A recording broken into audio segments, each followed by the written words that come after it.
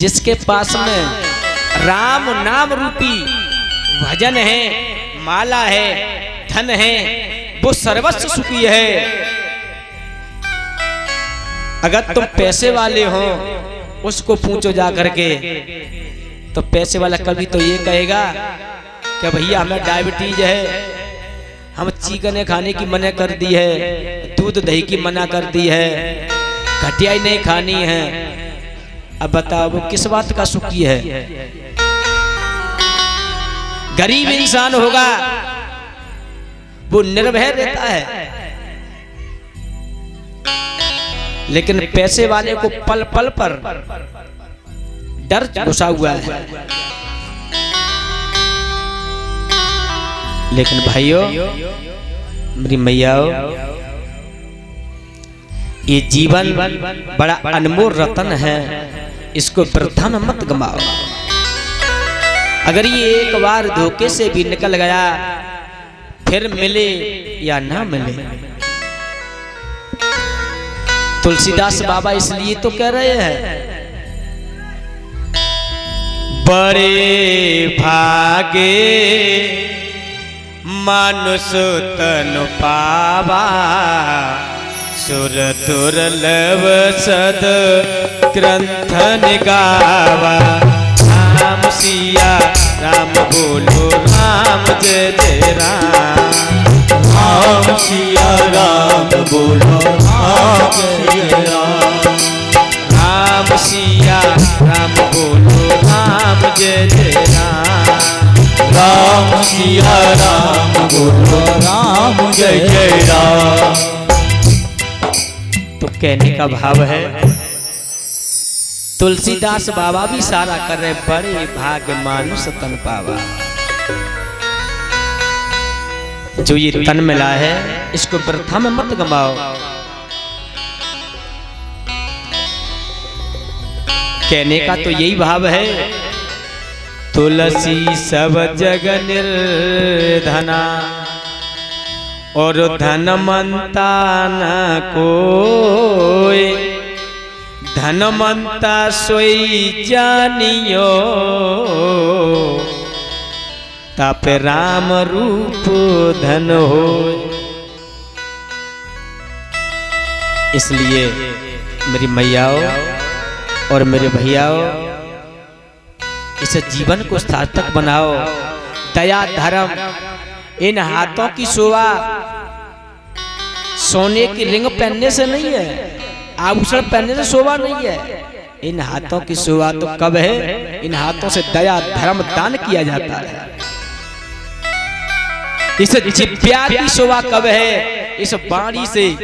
वाणी एक अमोल है, जो कोई बोल न जाने। वाणी तो एक अमृत के समान है। अमृत और विष के कहीं कुआं नहीं है। जाई वाणी है, अमृत है, और इसी वाणी में है विष है। नगर तू शब्द बोल दो, वो विष का काम करता है। और थोड़ा प्रेम से बोलो, वहां प्रेम की धारा है। इसलिए मेरी माताओं, मेरे भाइयों, भागवत प्रांगण में आप इतना अमूल्य समय निकाल करके आए हो। हमको ये भी मालूम है कि इस वक्त इस क्षेत्र में बहुत बड़ा काम है, क्योंकि गेहूं की कटाई हो रही है। चलो कोई बात नहीं है, प्रभु की इच्छा हुई। समय समय की बात है, और उस समय बड़े बलवान भीलन लूटी गोपिका, सो बोई अर्जुन बेईमान। ये तो समय का प्रादुर्भाव है। इसलिए माताओं, मेरे भाइयों, अमूल्य समय निकाल करके आए हो तो कुछ न कुछ सीख करके जाओ।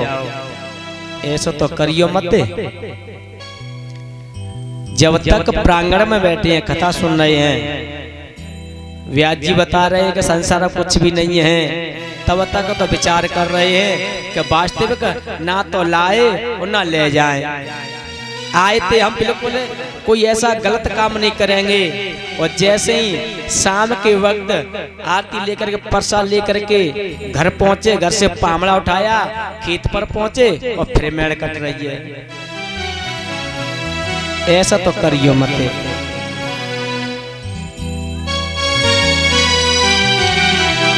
आया है सो जाएगा, अरे राजा रंग को फकीर, कोई सिंहासन चढ़ चले कर्मों के द्वारा, कोई बने जात जंजीर। इसलिए मेरी भैयाओ, मेरी माताओं, जब भागवत में आए हो तो कुछ ना कुछ बदलाव करना चाहिए।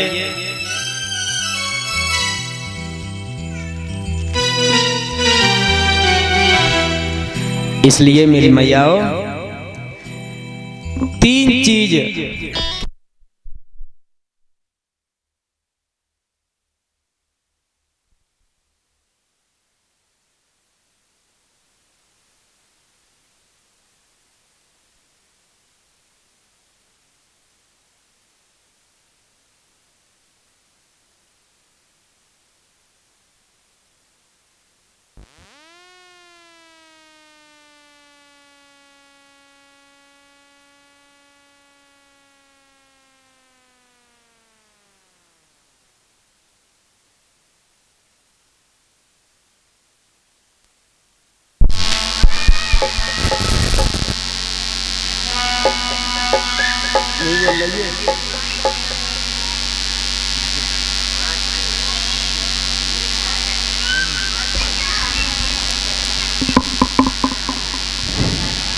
देख लो मैया ने कई समय मिलेगा, इतना कचरा कचरा कचरा कचरा है, खूब आता ना है।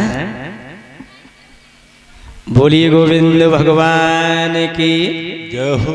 भागवत प्रांगण में आए हो तो कुछ ना कुछ सीख करके जाओ। जिंदगी में 3 चीज, कितनी? 3 चीज जिंदगी में एक बार मिलती है केवल, और वो कौन कौन सी? माता, पिता और ये उम्र। अगर मैया संसार को छोड़ के चली जाए फिर क्या मिल सकती है? पिता संसार छोड़ के चला जाए क्या दोबारा आ सकते हैं? और जो ये उम्र है, जितनी हमारी श्वास अब तक निकल के गई, कोशिश करें, लाखों कोशिश करें, क्या वो समय वापस आ जाएगा? अगर हम तुम विचार करके देखो, जो हमारा बचपन था, अब कितना भी कोशिश कर लें, कितना भी यत्न करें, क्या बचपन वापस आ सकता है? नहीं आ सकता। तो ये 3 चीज जिंदगी में एक बार आती है, इसको प्रथम हम नहीं गंवाना चाहिए।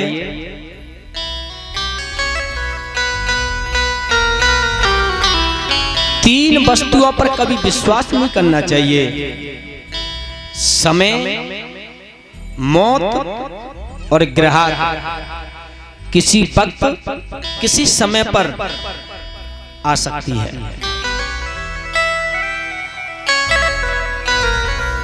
बोलिए गोवर्धन महाराज की जय हो। बोलिए संत महाराज की जय हो। जय जय श्री राधे।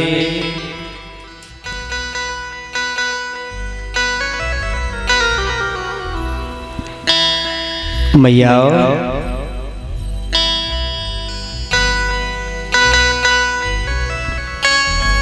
परीक्षित महाराज जी, कल कथा का विराम कहाँ लगाया?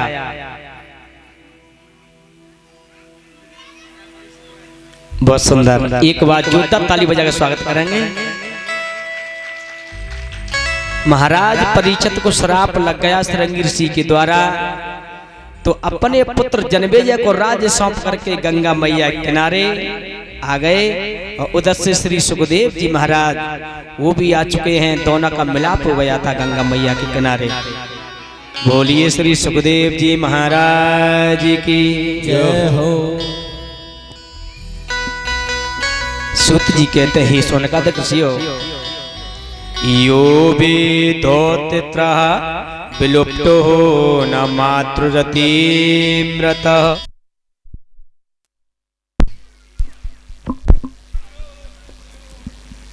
परीक्षित महाराज ने एक प्रश्न किया कि प्रभु जल्दी मरने वाले व्यक्ति को क्या करना चाहिए? तो सुखदेव भगवान ने कहा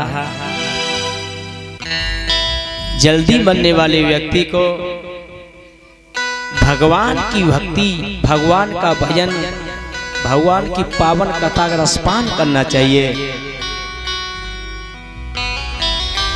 प्रभु की कथाओं का अमल करना चाहिए।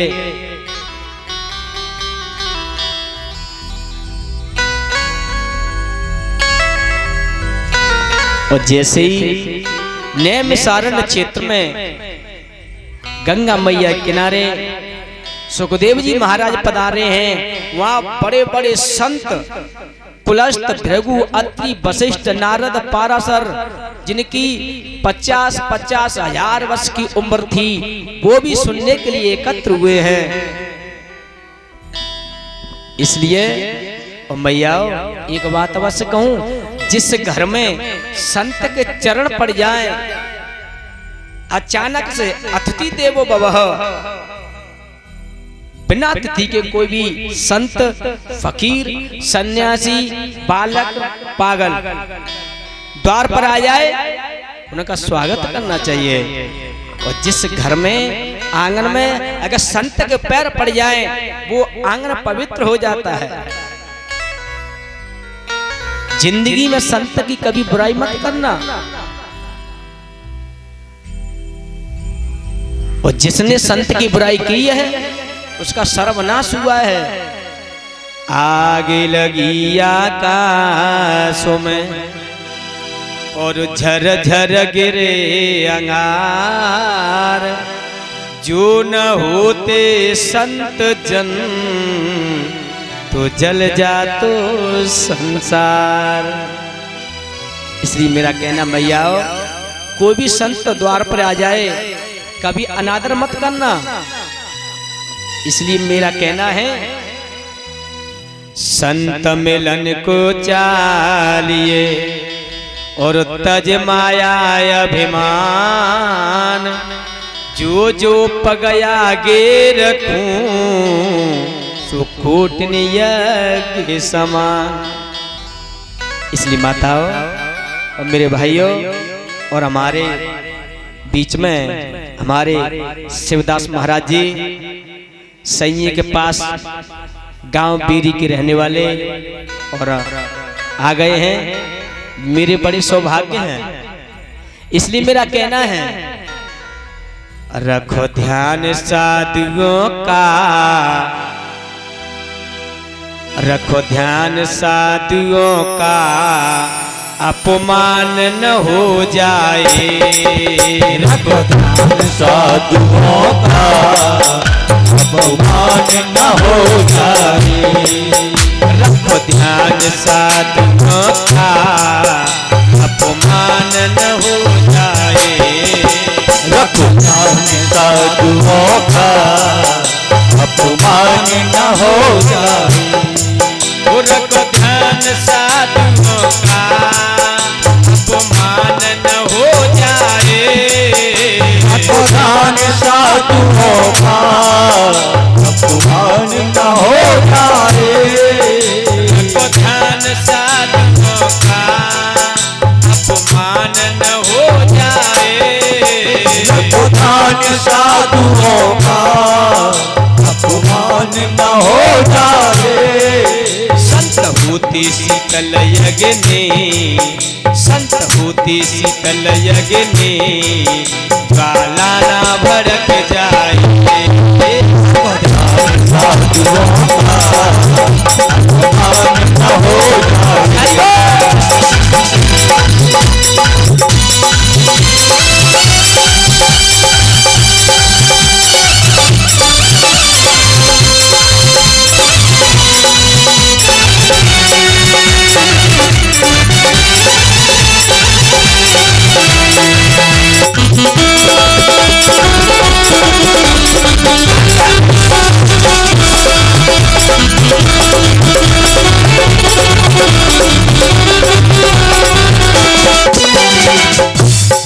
लिख रहा है, अपमान किया रावण ने साधु विभीषण का, अपमान किया रावण ने साधु विभीषण का, अपमान किया रावण ने साधु विभीषण का, अपमान किया रावण ने साधु विभीषण का। ये मर गए सब राक्षस, लगो उनको न कोई ठिया, मर गए सब राक्षस, लगो ना उनको किया। इसलिए रावण की लंका, रावण की श्रीलंका पलों भरों में न जल जाए।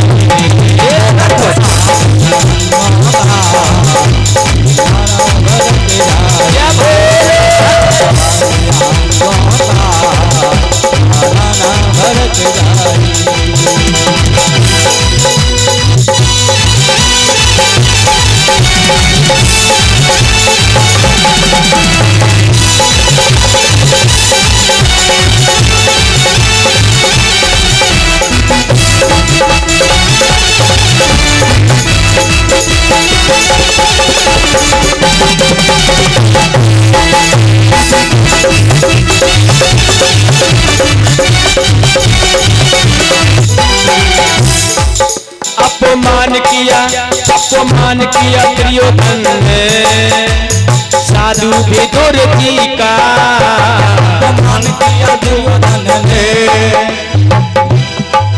अपमान किया दुर्योधन ने साधु विदुर जी का, अपमान किया दुर्योधन ने साधु विदुर का।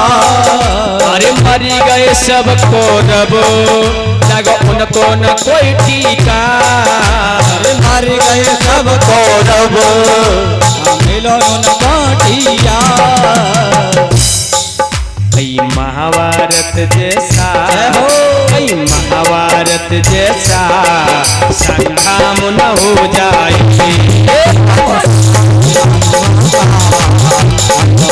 न हो जाए, साधुओं का अपमान न हो जाए।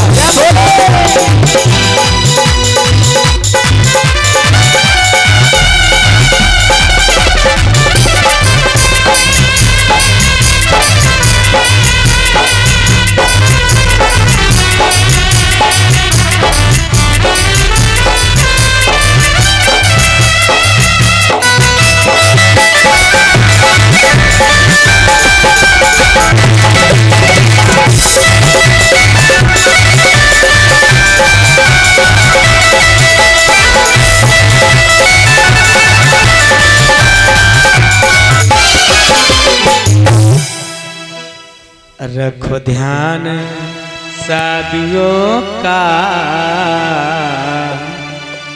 कहीं अपमान न हो जाए। संत होते शीतल अग्नि, ज्वाला अग्नि, ज्वाला ना भड़क जाए। इसलिए मेरे भैयाओ, मेरी माताओं, कोई भी संत अगर द्वार पे आते हैं तो ये समझो हमारे बड़े अहोभाग्य हैं। संत बनना बड़ी बात है, संत कहना तुच्छ बात है, लेकिन संत बनना, हम तुम कह देते हैं कि दाढ़ी रखा ले और संत बन गए। अगर जितने मेरे इस प्रांगण में बैठे हैं उनसे कही जाए कि तुमने में तो कोई संत बन जाएगा? नहीं बनेगा। जिस परिवार में, जिस कुल में अगर कोई संत बनता है तो 7 पीढ़ी जो नरक में पड़ी होती हैं उन सब का उद्धार हो जाता है। बोलिए गुरुदेव भगवान की जय हो। इसलिए कभी भी संत की बुराई मत करो। संत की निंदा का फल जैसा, जरे नगर नात कर जैसा। संत की बुराई करके कोई आज तक चैन में नहीं रहा, सुखी नहीं रहा। इसलिए कभी भी इस जिज्ञासा से अगर किसी का भला ना हो सके तो किसी की बुराई करने की कोशिश मत करो। कहते हैं कि भगवान का भजन करना चाहिए। 3 दिन हो गए आज मुझे कहते कहते कि भगवान का भजन करो, लेकिन भजन की पहले व्याकरण में जाकर संधि विच्छेद करो। भजन कहते किसे हैं? भज न, भज न, यानी कई मत भागो, भज न। नहीं समझ में आई। भैंस कौन कौन के घर में? सबने घर में है। तो मैया शाम को और सुबह दूध निकालती हो ना। जब बाल्टी में दूध हो जाता है 2-4 लीटर और बाद दूध में तुम हाथ उड़ाएगा घी निकाल रही हो, का मिल जाएगा? क्यों मैया बताओ? मिलेगा तो नहीं, लेकिन है दूध के अंदर। मैया गर्म करेंगी दूध को, फिर ठंडा करेंगी, सहेजो मिलाएंगी, फेंट के उसे रख देंगी ढक करके। सुबह जब दही जम जाएगा फिर रही से मंथन करेंगी, फिर नौनी निकलेगी, फिर अग्नि पे तचाएंगी, उसके बाद शुद्ध घी मिलेगा। है तो दूध में ही, लेकिन डायरेक्ट दूध में हाथ डालने से घी नहीं मिलता। इसलिए भज न। अरे तेरा परमात्मा तेरे अंदर है। काशी, गोदावरी, मथुरा, केदारनाथ, अमरनाथ, बद्रीनाथ, श्वेतबंध कहीं नहीं है। तेरो राम तोई में बसत है, अंत क्यों भटके। परमात्मा तो अपने अंदर बैठा हुआ है। हिरण की नाभि में यानी कस्तूरी में सुगंधी आती है, वो भ्रमण करता है जंगल में, यानी कहां से आ रही है, लेकिन उसको ये नहीं मालूम है ये सुगंधी मेरी नाभि से आ रही है। वो राम, वो ईश्वर, वो दुर्गे रानी, सती माता, जितने भी देवी देवता हैं, वो इस 5 तत्वों का बना हुआ ये सुंदर मंदिर बना हुआ है। इस मंदिर में ये आवाज आ रही है ना मेरी, जो मैं बोल रहा हूं, ये शरीर नहीं बोल रहा है। इसमें जो पार ब्रह्म परमात्मा का अंश बैठा है वो भी बोल रहा है। इसका कोई रूप नहीं है, ना ये लिखने में, ना देखने में, ना पढ़ने में, ना कभी मरता, ना कभी जन्म लेता। ये तो अजर अमर अखिलेश अविनाशी है। जैसे हमारा ये वस्त्र पुराना हो जाता है, इसको त्यागते हैं, बाजार से नया खरीद लेते हैं, ऐसे ये जीव अंश है भगवान का। ये सही रूपी कपड़ा खराब हो गया, कर्म के आधार से दूसरा पा लिया। इसलिए भगवान तो अपने अंदर है। इसलिए मेरी माताओं, अगर इतना नहीं कर सके तो एक छोटी सी बात याद करो।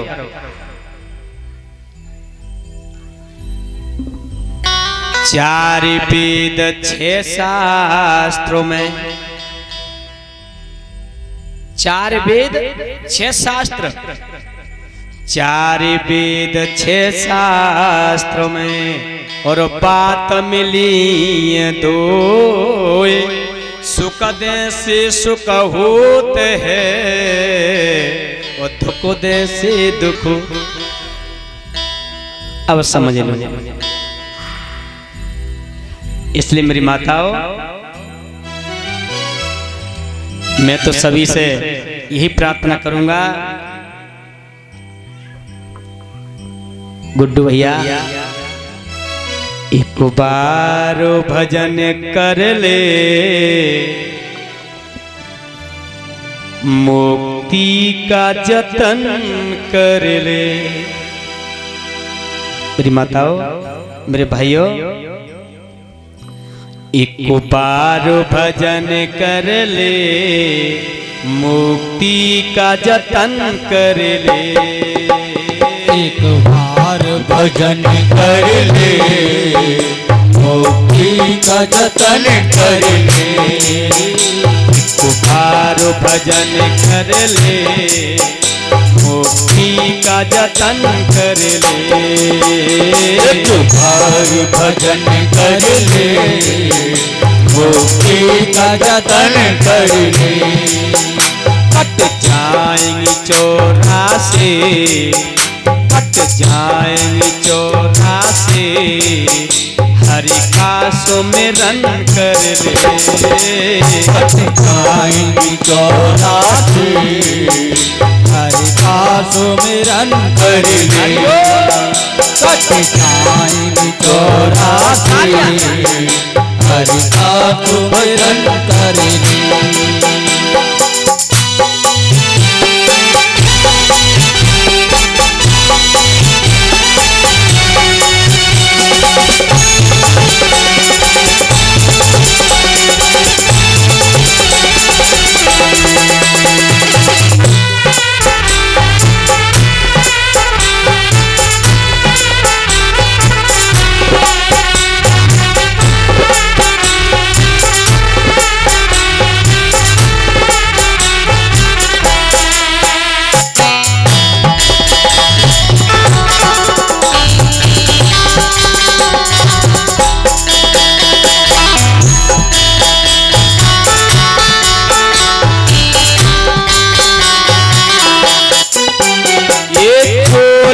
नर्तन का हर बार नहीं मिलता, ये छोला नर्तन का हर बार नहीं मिलता। ये छोला नर्तन का हर बार नहीं मिलता। ये छोला नर्तन का हर बार नहीं मिलता। गिर जाए जो डाली से वो फूल नहीं खिलता। गिर जाए जो डाली से वो फूल नहीं खिलता। वो फूल नहीं खिलता, वो फूल नहीं खिलता।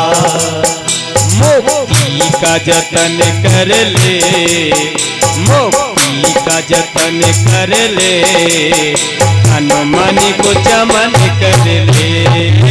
मुक्ति को चमन कर ले, हनुमान को चमन कर ले। जय भोले।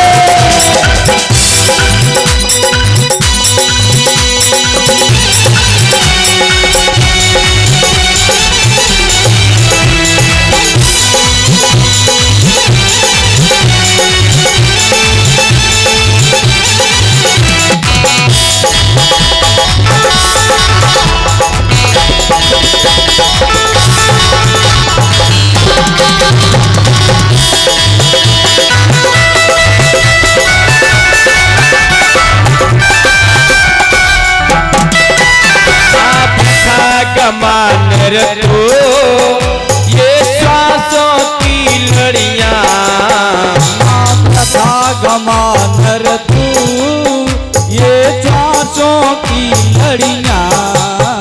ना प्रथा गमानर तू ये श्वासों की लड़ियां।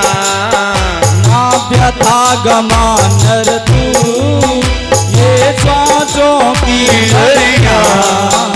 अनमोल रतन है ये श्वासों की घड़ियां। अनमोल रतन है ये श्वासों की घड़ियां।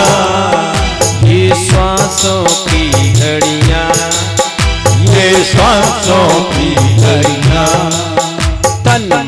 कुछ मन कर ले, तन मन कुछ मन कर ले, मुक्ति का जतन कर ले, तन मन कुछ मन कर ले, मुक्ति को जतन कर ले, तन भाग भजन कर ले, मुक्ति का जतन कर ले,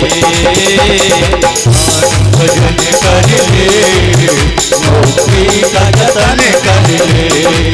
कट जाएगी चौरासी, हरि का सुमिरन कर ले, कट जाएगी चौरासी, हरि का सुमिरन कर ले, कट जाएगी चौरासी, हरि का सुमिरन कर ले।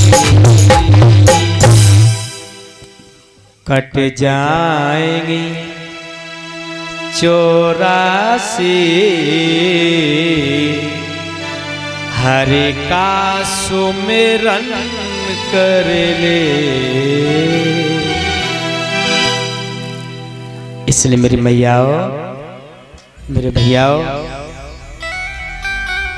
इस जीवन का आने का तात्पर्य यही है, एक एक घड़ी, एक एक पल बड़ा अनमोल रतन हीरा है, बड़ा अनमोल कीमत है, इसको वृथा में मत गवाओ। बोलिए आनंद कंद भगवान की जय हो।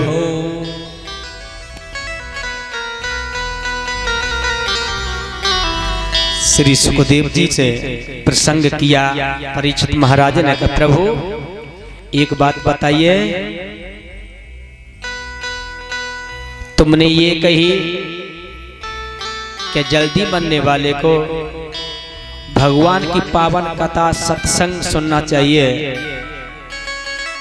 तो मुझे परमात्मा की कल्याण रूपी उस कथा का रसपान कराओ। राधा कृष्ण के पुत्र श्री सुखदेव जी कहते हैं, राजन, नारायण नमस्कृत्य नरेप्ते नरोत्तमः देवी सरस्वती व्यास ततो जय मुद्रियेत। श्री सुखदेव भगवान कहते हैं, जिस जीव को हर वक्त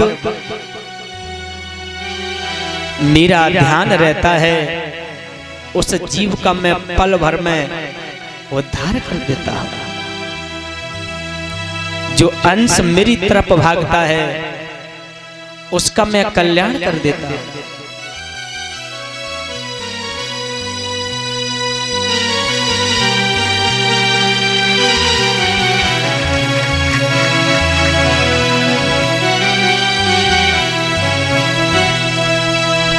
और ये हमारे जसवंत सिंह कुशवाहा जी सैमरी के रहने वाले, और ये हमारे गले में 121 रुपए की मुद्राओं का हार पहना करके सम्मान किया है। एक बार जोरदार ताली बजा करके सम्मान करें। और मैं तो भगवान से यही प्रार्थना करूंगा, हे दीनों का दयाला, हे पार ब्रह्म परमात्मा, हे ईश्वर, हे कमलेश, ऐसे भक्तों के घर आंगन में परिवार में हमेशा खुशियों का माहौल बना रहे। बोलिए वृंदावन बिहारी लाल की जय हो। बोलिए आनंद भगवान जय हो। और सभी हमारे पंडित जी का भी सम्मान किया है, और राधे राधे का और चुंदरी पहनाकर सम्मान किया है हमारा, और सभी संगीत कलाकारों का सम्मान किया है। मैं तो प्रभु से यही प्रार्थना करूंगा, हे दीनों के दयाला, ऐसे परिवार में सदा अपनी कृपा बना रखना। बोलिए गोविंद भगवान की।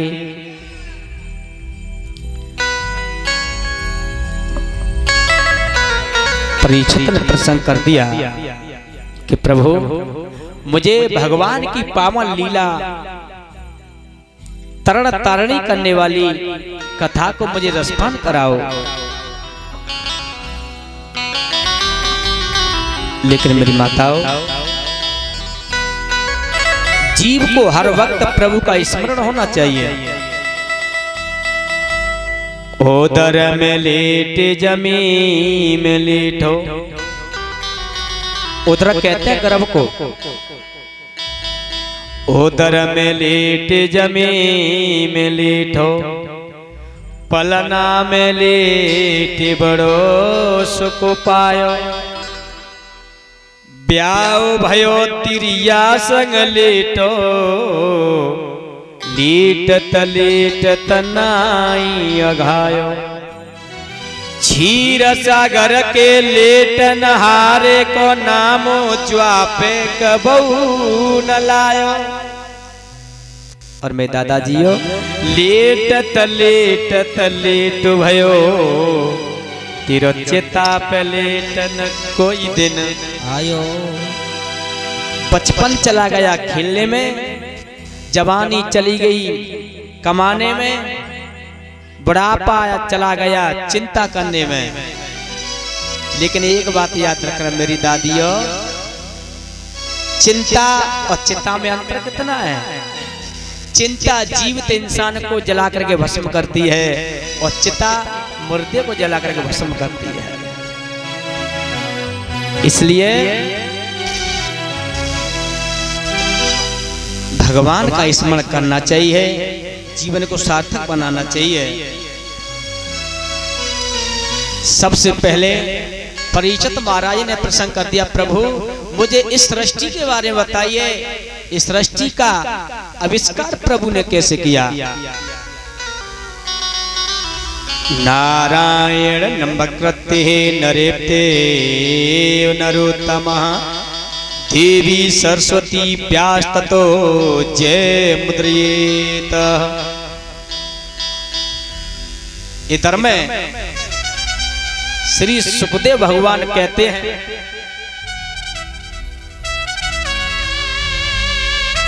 हे राजन परीक्षित,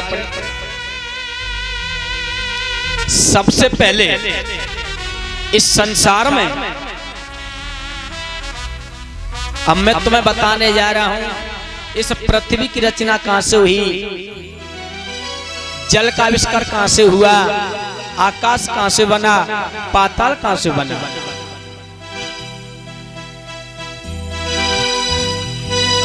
ना धरती, ना आकाश, ना पाता, ना रसातल, ना जल, कुछ भी नहीं था, केवल निराकार था। निराकार, चाहे उसे सतगुरु बोलो, चाहे दिव्य शक्ति बोलो, वो निराकार है जिसका कोई रूप नहीं है। अब निराकार साकार में आने की चेष्टा कर रहा है, और जो निराकार है, समर्थवान है, वो सब कुछ कर सकता है। अब वो निराकार ने जब साकार में आया तो दो रूप बनाए हैं, एक सोनी और एक जम्बू। हिंदी भाषा में समझो, सोनी कहता है गिद्धनी को, जम्बू कहते हैं गिद्ध को। उस निराकार ने साकार में आ रहा है तो दो रूप बनाए हैं, एक गिद्ध और गिद्धनी। जब दोनों में समागम हुआ है, वो सोनी गर्भवती हो गई। समय हुआ, एक अंडा तैयार किया है। अब सोनी कहती है, सुनते हो कि हाँ, कि इस अंडे को मैं कहाँ जन्म दूं, कहाँ रखूं, ना तो धरती है, ना आकाश, ना पाताल, ना रसातल है, ना जल है। जम्बू कहता है, आप चिंता ना करें, क्योंकि वो निराकार था, साकार में आ रहा है। उसने अपने पैरों को फैला दिया। जब पैरों को फैलाया, सोनी से बोले, इस अंडे को मेरे पैरों पर डाल दो। जब वो अंडा पैरों पर गिरा तो अंडा बीच में से फूट गया। और आज भी देखना, मैंने अपने आंखों से देखा है, किसी पेड़ के नीचे मैंने 10-20 बार ऐसा देखा है कि अंडा टूटा हुआ मैंने देखा है, तो 2 हिस्सों में ही देखा है। जब अंडा वो बीच में से टूट गया, जो नीचे का हिस्सा था उससे पाताल बना हुआ है, जो ऊपर का हिस्सा था उससे आकाश बना हुआ है। जो अंडे के अंदर जड़ थी,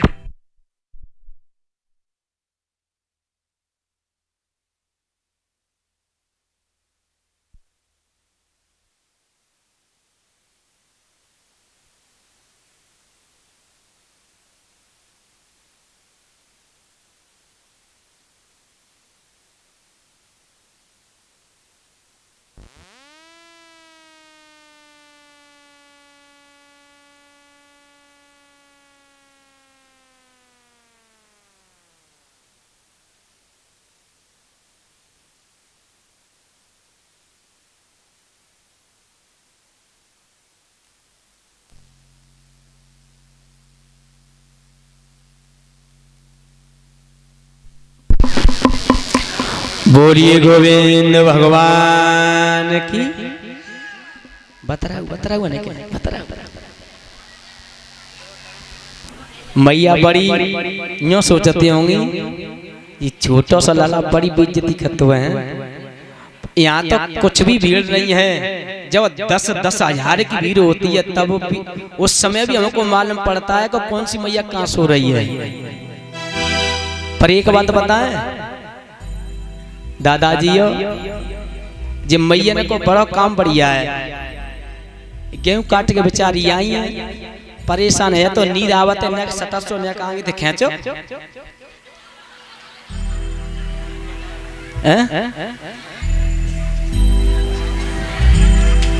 बोलिए गोविंद भगवान की जय हो। जैसे ही अंडा फूटा, नीचे हिस्से का पाताल बना है, ऊपर हिस्से का आकाश बना है। जो अंडे के भीतर जो जड़ होती है, जड़ उससे ये जमीन का आविष्कार हुआ। अंडे के अंदर एक सफेद धातु होती है, उससे समुद्र की उत्पत्ति हुई है। और 5वां तत्व हवा का प्रकट किया है उस निराकार ने। और सबसे पहले जब इतनी रचना हो गई, उस निराकार ने, उस सतगुरु ने अपनी दिव्य शक्ति के द्वारा एक अष्टांगिनी को प्रकट किया है।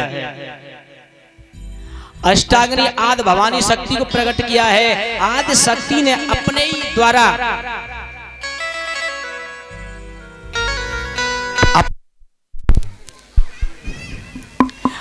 अपने ही हाथ के छालों में से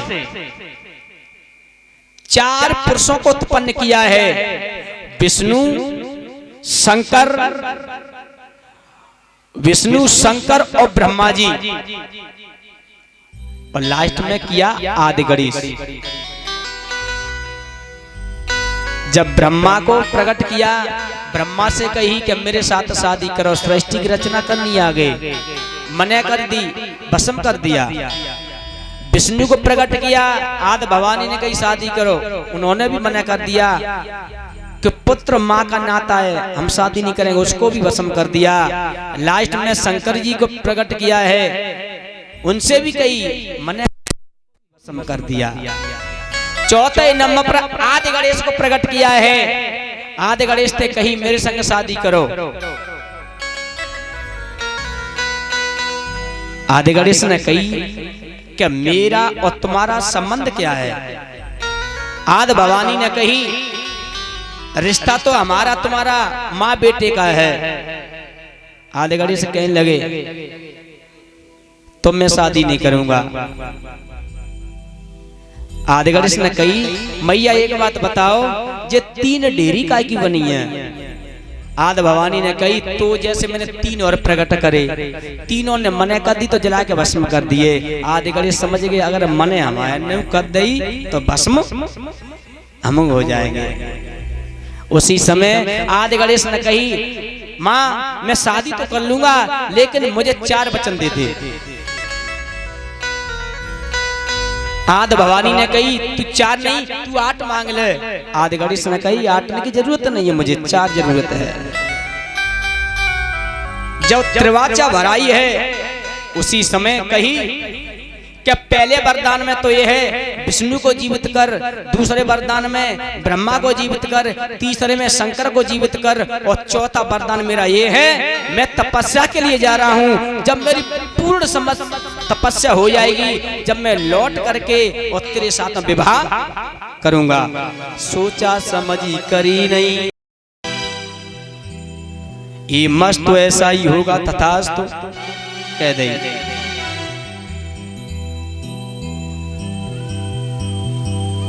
इस तरीका से जाल में फंसा दिया आदि गणेश भगवान ने आदि शक्ति को।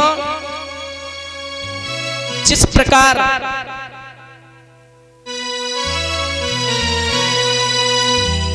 सावित्री ने यमराज को फंसा लिया,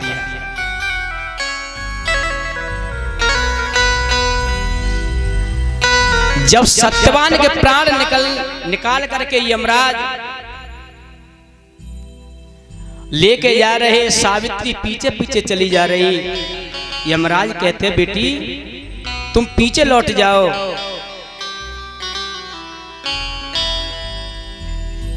सावित्री कहती है प्रभु बिना पति के पत्नी का जीवन अधूरा है, इसलिए मेरे पति के प्राणों को वापस कर दो। यमराज कहते देवी ये विधि का विधान है, तुम्हारे पति की उम्र और पूर्ण हो चुकी है, तुम पीछे लौट जाओ। यमराज लेकर के चले हैं, लेकिन सावित्री पीछे पीछे चली जा रही है। यमराज ने देखा ये लौट गई या नहीं, देखा तो पीछे पीछे आ रही है।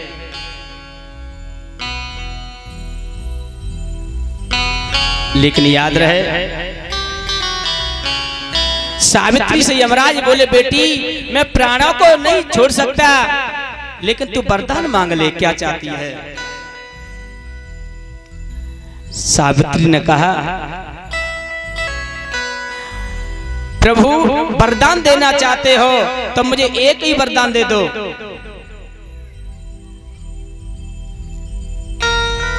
मांग ले क्या चाहती है। तो एक वरदान में मांगा कि मेरे सास ससुर का जो राज्य चला गया है वो वापस मिल जाए। इतना दे करके जब यमराज आगे बढ़े हैं, सावित्री फिर पीछे पीछे चली जा रही है। यमराज ने देखा लौटी या नहीं लौटी, सावित्री को फिर देखा है।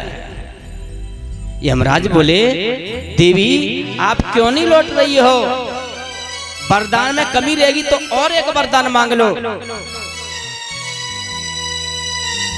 उसी समय सावित्री कहती है देना चाहते हो प्रभु तो एक वरदान मुझे और दे दो, कि मांगो बेटी क्या चाहती हो। तो सावित्री ने कही मेरे पति के अंश से और मेरे 100 पुत्र हो जाएं। यमराज ने सोचा समझी नहीं करी, ये मस्त तथास्तु ऐसा ही होगा। और जब यमराज लेकर के आगे चले हैं, यमराज ने अब देखा कि अब तो नहीं आ रही। सावित्री को देखा, सावित्री फिर पीछे पीछे चली आ रही। यमराज कहते हैं बेटी अब कछु कमी रह गई। सावित्री कहती है प्रभु आपने वरदान दिया है, आप ही मेरे पति के प्राणों को लेकर के जा रहे हो। मुझे तो ऐसा मालूम पड़ता है कि आप भी झूठ बोलते हो। क्यों देवी? तो अब सावित्री रोकर के कहने लगी है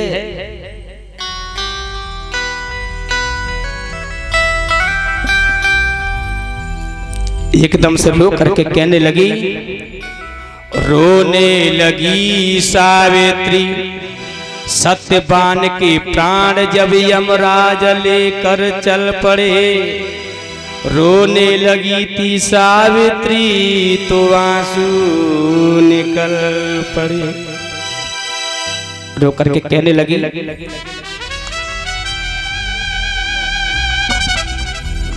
रो करके कहने लगी है सावित्री,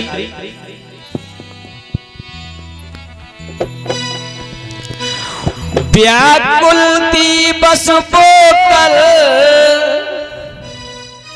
कहने लगी रोकर। रो करके सावित्री कहती है यमराज प्रभु, और रो करके कहने लगी,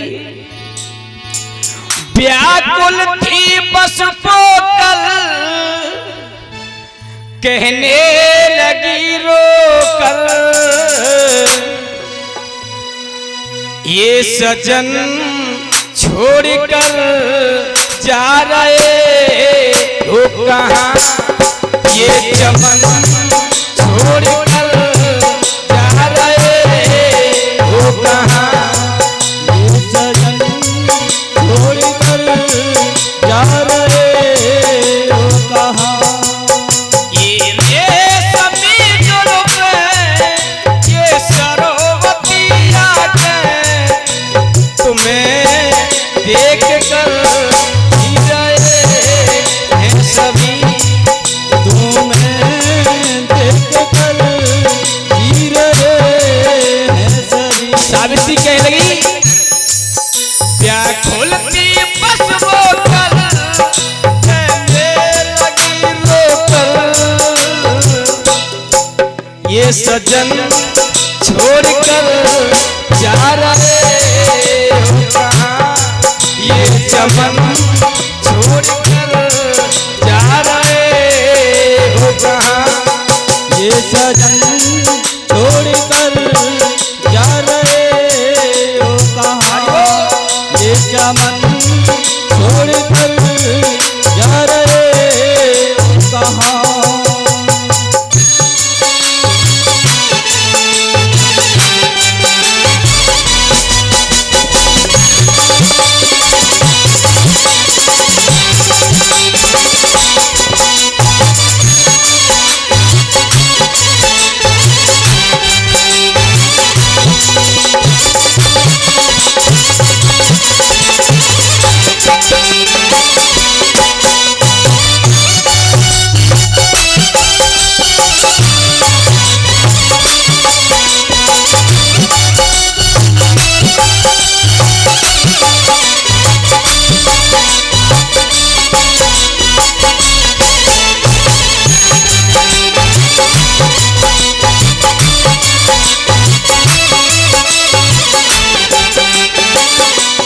सावित्री कहती है, महाराज अभी तो मेरे हाथों की मेहंदी भी नहीं छूटी है, झूठी हाथों की मेहंदी की लाली नहीं, झूठी हाथों की मेहंदी लाली नहीं, पूरी पीपाई में नहीं प्याली नहीं, पूरी पीपाई में प्यारी नहीं। रो करके बोली, अरे मुरझाई डाली डाली बोलो मेरे मन के माली, ये चमन छोड़कर जा रहे हो कहाँ, ये चमन छोड़कर जा रहे हो कहाँ, ये चमन छोड़कर जा रहे हो कहाँ।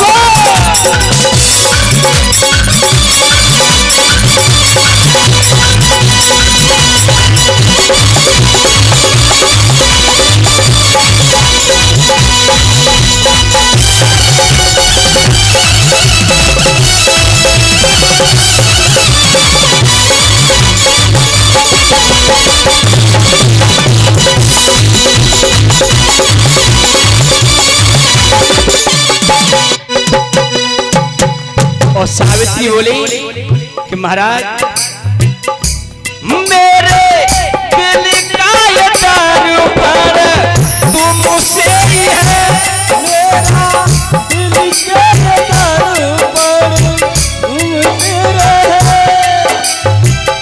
वो कर में कामुनी ये कंगन तुमसे ही है।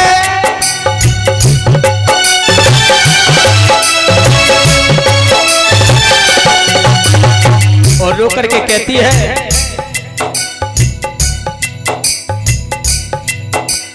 कर में कमनी ये कंगन निर्मित इसने तुमको बम बम। ये भवन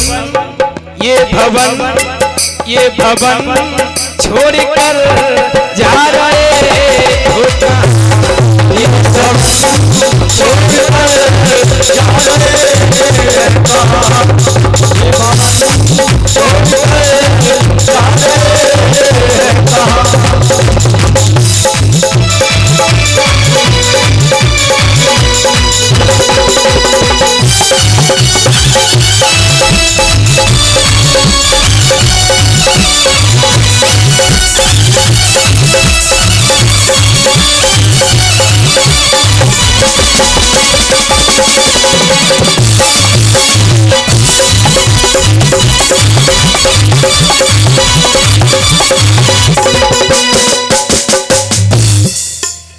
ये भवन, ये घुटन, ये चमन छोड़कर जा रहे हो कहाँ। यमराज से बोली सावित्री कि प्रभु अभी तुमने वचन दिया है कि मेरे पति के अंश से 100 पुत्र होंगे, पति को आप ले जा रहे हो, क्या मुझे दुनिया में कलंकित बनाना चाह रहे हो प्रभु। यमराज को जब ख्याल आया सावित्री के कहने पर सत्यवान के प्राण को वापस किया है। जैसे सावित्री ने यमराज को फंसाया उसी तरीका से आज आदि गणेश भगवान ने आदि भवानी से कही अब मैं तपस्या के लिए जा रहा हूं, जब मेरी तपस्या पूर्ण हो जाएगी जब मैं लौट करके विवाह करूंगा। अब जैसे ही आदि गणेश चलने को हुए हैं आदिशक्ति बोली काय लाला एक बात बता, तपस्या का कोई और छोरो है, कब लौट के आएगा। आदि गणेश ने कही मैया शादी की जल्दी है तो ऐसा कर जाय रूप है तो त्यागो, इस रूप को त्याग दो, उमा लक्ष्मी ब्रह्माणी बन जाओ, इन तीनों के साथ विवाह कर लो। तो लक्ष्मी बनी है विष्णु के साथ में हुआ है, ब्रह्माणी बनी है ब्रह्मा के साथ में हुआ है, और पार्वती का रूप धारण किया है, उमा शंकर भगवान के साथ विवाह किया है। इस सृष्टि का फिर निर्माण हुआ है। धीरे धीरे जब ब्रह्मा ने सृष्टि की और रचना करी है, तामस राजस और सात्वित्व ये 3 गुणों की रचना के आधार से 5 तत्वों को बना करके तैयार किया है। 5 तत्वों से ये शरीर बन के तैयार हुआ है।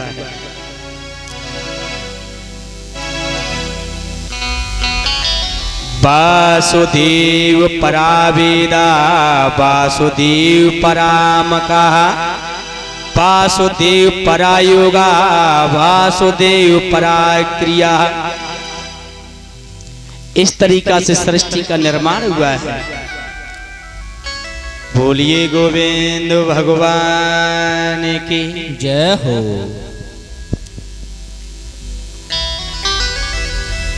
श्री सुखदेव जी कहते हैं हे राजन,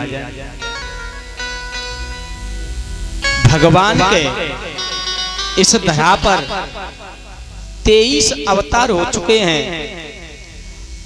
सुखदेव जी ने कहा कि 23 अवतार कौन कौन से, कि सुनो।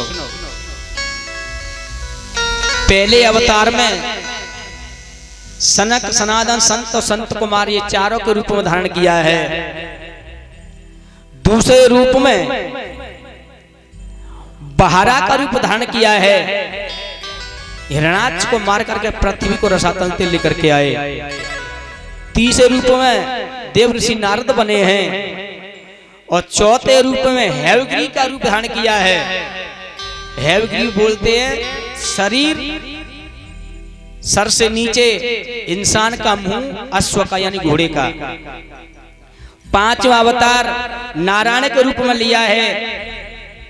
छठवां अवतार कपिल मुनि बने हैं। सातवां अवतार दत्तात्रेय बने हैं जिन्होंने 24 गुरु बनाए हैं। आठवां अवतार ऋषभदेव बने हैं। नौवां अवतार राजा पृथु बनकर के बाहर उतारा। 10वां अवतार मत्स्य यानी मछली का रूप धारण किया है। 11वां अवतार कच्छप बने हैं, समुद्र मंथन करवाया। 12वां अवतार धनवंतर बने हैं, देवता को अमृत पिलाया। 13वां अवतार मोहिनी का रूप धारण करके जो समुद्र मंथन हुआ था, कलश निकला अमृत का, देवताओं को पिलाया। 14वां अवतार नरसिंह बने हैं, हिरण्यकश्यप का वध किया है। 15वां अवतार वामन भगवान बने हैं, राजा बलि से राज छीना है, 3.5 पग पृथ्वी मांगी। 16वां अवतार हंसा के रूप में धारण किया है। 17वां अवतार नारायण का लेकर के भक्त ध्रुव को दर्शन दिए हैं। 18वां अवतार हरि के रूप में लिया है, गज और ग्रह का उद्धार किया। 19वां अवतार परशुराम बने हैं जिन्होंने 21 बार पृथ्वी को क्षत्रियों से विधीन कर दिया। 20वां अवतार रामचंद्र बने हैं। 21वां अवतार वेद व्यास बने हैं। 22वां अवतार कृष्ण का रूप धारण किया है और 23 अवतार महात्मा बुद्ध बने हैं और 24वां अवतार अभी बाकी है। जब 821 वर्ष कलयुग की बाकी रह जाएंगी तब कलिंग नाम से भगवान का अवतार होगा संबल गांव में। विष्णु दत्त शर्मा जी के यहाँ 7 वर्ष की कुंवारी कन्या के गर्भ से कलयुग की उम्र है 4,32,033 दिन, जिसमें थे 7,573 वर्ष निकल पाई अभी तो। जब 821 वर्ष बाकी रह जाएंगी तब अवतार होगा संबल गांव में। बोली कलिंग भगवान की जय हो। जय जय श्री राधे। बोलिए वृंदावन बिहारी लाल की जय हो।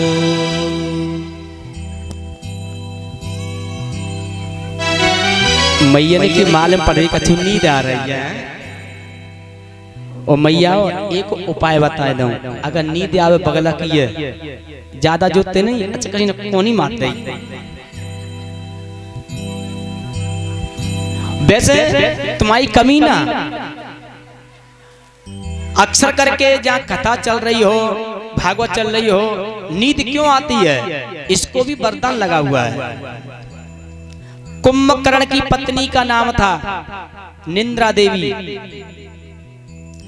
जब कुंभकर्ण को मार दिया तो श्री राम के पास में निंद्रा देवी आई, कुंभकर्ण की पत्नी, और बोली कि प्रभु तुमने मेरे पति का संहार किया है, अब मैं कहां जाऊंगी? भगवान ने आशीर्वाद दिया है कि जाओ, आज से मैं तुम्हें वरदान देता हूं, जहां मेरी कथा चल रही हो, सत्संग चल रहा हो, अच्छे प्रवचन रह रहे हो, धर्म कार्य हो रहा हो, वहां जाकर के मेरे भक्तों के हृदय में जाकर के वास करो। अक्सर करके ऐसा ही होता है, जहां भागवत चल रही हो तो भक्तों के हृदय में निंद्रा देवी का प्रादुर्भाव होता है। बोलिए वृंदावन बिहारी लाल की जय हो। ऐसे आनंद ना मैया जुत्ते बोलो, नेक नेक वॉल्यूम बढ़ाओ। बोलिए गंगा मैया की जय हो। जे मट्टी के दोना बिल्कुल ना बोल रहे। जोते बोलो हैं, बोलिए आनंद कंद भगवान की जय हो। देख लो तो पिछले वाले ना बोले। अब बताएं एक बात बताएं, आज देखो समझाते समझाते 3 दिन रह गए। एक बात बताइए मैया, मिट्टी का मटका होता है, मिट्टी को मटका देखा है? अगर अब मिट्टी के मटके को छत के ऊपर उल्टो रख दियो और दिन रात बारिश हुए, कब भर जाएगा? भरेगा तो ना। और अगर वो सीधो रखो अब बूंद बूंद गिरे, भरेगा को नहीं भरेगा? तो मुझे तो ऐसी लग रही है पिछले वाले और जैसे मटका उल्टो बैठो जिन पर बिल्कुल फर्क ना पड़ रहा। जोते बोलो, बोलिए भक्त और भगवान की जय हो। एक एक ना तो कसम खा लीजिए कि ब्याज जी हम बिल्कुल नहीं बोलेंगे। अगर तुम नहीं बोलोगे तो एक बात मुझे फिर कहनी पड़ेगी। अब तो भगवान ने तुमको जिब्या दी है बोलने के लिए, मैया और भैया दोनों से कह रहा हूं। अगर तुम अब भगवान के दरबार में नहीं बोले, जयकार नहीं लगाया, तो अगले जन्म में भगवान तुम्हें मेढ़की और इनको मेढ़का कर देगा, टर टर करती रहियो।